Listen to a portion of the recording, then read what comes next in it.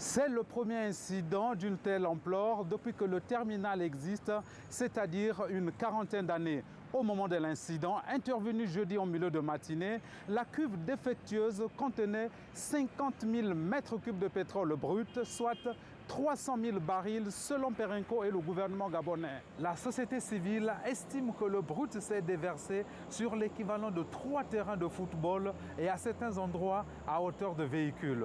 Vendredi, Adrien Broche, directeur général de Perenco Gabon, se voulait rassurant. À l'heure actuelle, la situation est sous contrôle. Les volumes sont contenus dans les bacs de rétention prévus à cet effet. Notre priorité était de mettre en sécurité les personnes et les installations et de prévenir tout dommage environnemental. Néanmoins, il y a encore des choses à faire. Nos équipes travaillent d'arrache-pied en lien avec les autorités gabonaises. Ainsi, des barrages flottants additionnels ont été installés à titre préventif et les opérations de pompage ont débuté ce jour pour récupérer tous ces volumes.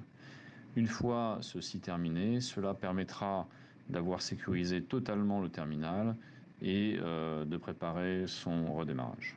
Le réseau des organisations libres pour la bonne gouvernance au Gabon, le rôle BG, qui fait le monitoring des pollutions par hydrocarbures imputées à Perenco, soutient que le brut qui s'est échappé de la cuve défectueuse s'est infiltré sous le sable, qu'une pollution marine est inévitable. Des dirigeants des ministères du pétrole et de l'environnement sont sur place. L'exportation de pétrole reste suspendue à partir de ce terminal qui est le plus important au Gabon.